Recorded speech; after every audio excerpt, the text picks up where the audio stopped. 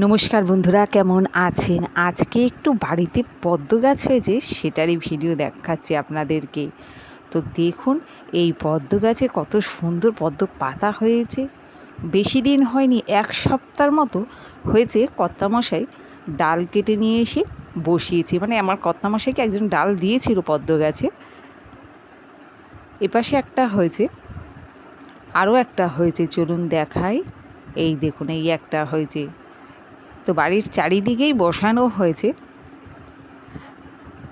পদ্ম গাছ কার কার ভালো লাগে কমেন্ট করে অবশ্যই জানাবেন। আর এই শরৎকাল মানে পদ্ম ফুল হবেই।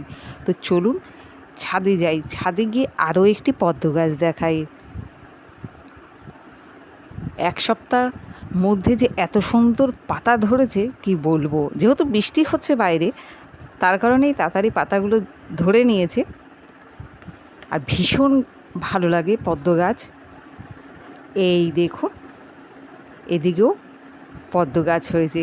এটা হচ্ছে জল পদ্ম, ছোট ছোট যে পদ্মগুলো হয় সেই পদ্ম এটা।